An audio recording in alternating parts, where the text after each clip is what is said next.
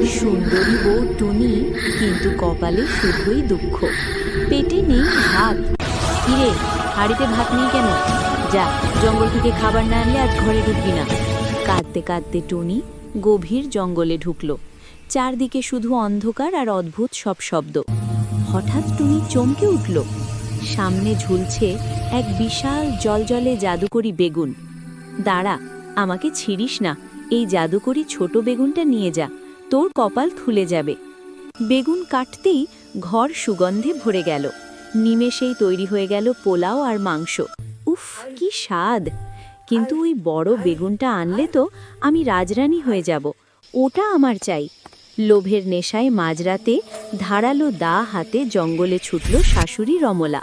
বাঁচাও, আমার হাত পা কোথায় যাচ্ছে? ও মা গো, আমি যে বেগুন হয়ে গেলাম।